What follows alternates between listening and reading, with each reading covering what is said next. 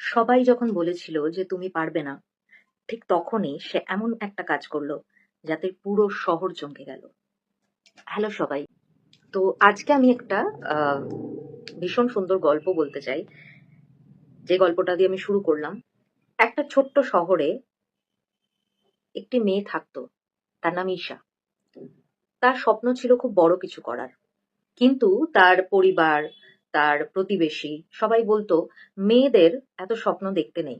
ঈশা পড়তে ভালোবাসতো, লিখতে ভালোবাসতো, তার চারপাশের মানুষজনদের ভীষণ সাহায্য করতে ভালোবাসতো এবং সাহায্য করতে চাইতো।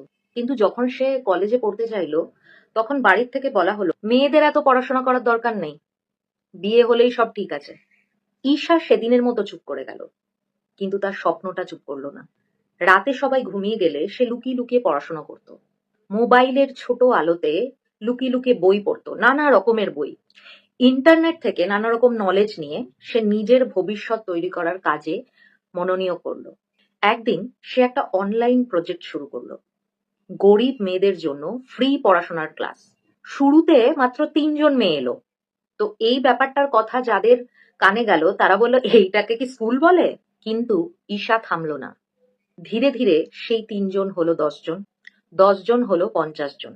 একদিন শহরের এক বড় সংগঠন তার কাজ দেখে একদম অবাক হয়ে গেল। তারা ঈশাকে দিল সেরা নারী উদ্ভাবক পুরস্কার।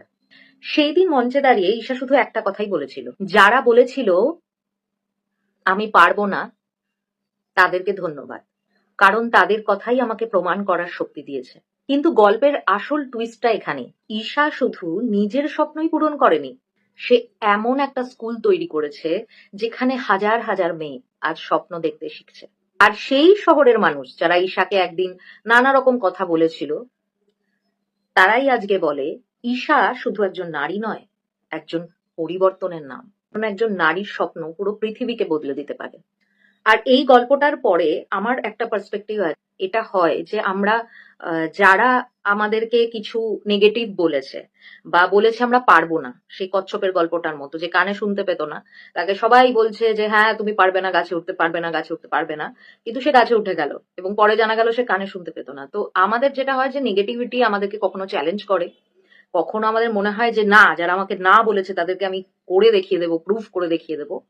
কিন্তু আমার একটা জিনিস মনে হয় স্পেশালি এই নারী দিবসে, যে নারীরা না অনেক দিন থেকে প্রুভ করে যাচ্ছে তারা যে কোনো কাজে, যে কোনো টেকনিক্যাল কাজে, যে কোনো মানে ফিল্ডে তারা যে খুবই ভালো এক্সেল করতে পারে, এটা নারীরা প্রুভ করে যাচ্ছে। তো এটা সবসময় প্রুভ করার দরকার পড়ে না। আর একটা কথা হচ্ছে, যারা চ্যালেঞ্জ করছে, যারা নেগেটিভিটি দিচ্ছে, তাদেরকে প্রুভ করার জন্য আমি বড় কিছু করলাম, তার থেকেও মনে হয় যে যারা আমাদেরকে সত্যিই ভালোবেসেছে, যারা শুধু একটা মেয়ে তকমা দিয়ে যে একটা বয়সের পরে তার বিয়ে হয়ে যাবে, she is like a liability, she is not an asset. তো এই যে ধারণাটা যেসব মানুষ ভাবেনি, যেসব মানুষ তাকে একটা মানুষ হিসেবে শুধু তৈরি করেছে এবং চেয়েছে যে সে মানুষ হোক, সে অ্যাজ এ হিউম্যান বিইং খুব ভালো হোক, তার পক্ষে যতটুকু পসিবল সে বাড়ির কাজ করুক, তার পক্ষে যতটুকু পসিবল সে এবং যেটা সে ভালোবাসে, যেটা তার প্যাশন, সেই কাজটা করুক, যারা এই সব ব্যাপারে ইন্সপিরেশন দিয়েছে, তাদের জন্য কাজ করতে কিন্তু আরো একটা আনন্দ হয়। কোনো কিছু প্রুফ করার জন্য না, শুধু যারা ভালোবেসেছে, যারা সম্মান দিয়েছে, যারা সেই মানুষটাকে শুধু মানুষ হিসেবে শ্রদ্ধা করেছে, তাদের জন্য কাজ করতে এবং কিছু করে দেখাতে, কিছু করতে তখন মন চায়। তো আমি বলবো যে কাউকে কোনো কিছু প্রুফ করার দরকার নেই। এটা তো আমি ঈশার গল্পটা বললাম যে ঈশা একটা খুবই ভালো প্রোডাক্টিভ কাজ করেছে, এবং প্রথমে তুমি যাই করো, ভালো কাজ করো, যাই করো, তোমাকে লোকে প্রথমে নেগেটিভটাই বলবে যে you can't do that, okay, বা এটা কি করছো, বা they will joke about it. তো প্রথমেই সেটা ডিসাইড করতে হবে যে না, এটা আমার মনে হয়েছে এবং এটাতে আমি কারোর কোনো ক্ষতি করছি না, মানে আমি এটা একটা কোনো ভালো কাজই করছি, মেক শিওর অফ দ্যাট। তো তারপর সেটাতে এগিয়ে যাওয়া। এবং কোনো মেয়ে যদি নিজের মতো আনন্দ করতে চায়, এবং এক্ষেত্রে আমি বলবো যে কেউ যদি নিজের মতো চা খেতে চায়, নিজের মতো ঘুরে বেড়াতে চায়, নিজের মতো বৃষ্টিতে ভিজতে চায়, 12টায় রাত্রিবেলা বেরোতে চায়, তাহলে তার যেন কোনো হেজিটেশন ফিল না হয়, সে তাকে যেন ভাবতে না হয় দুবার যে ইউনো ইজ ইট ওকে।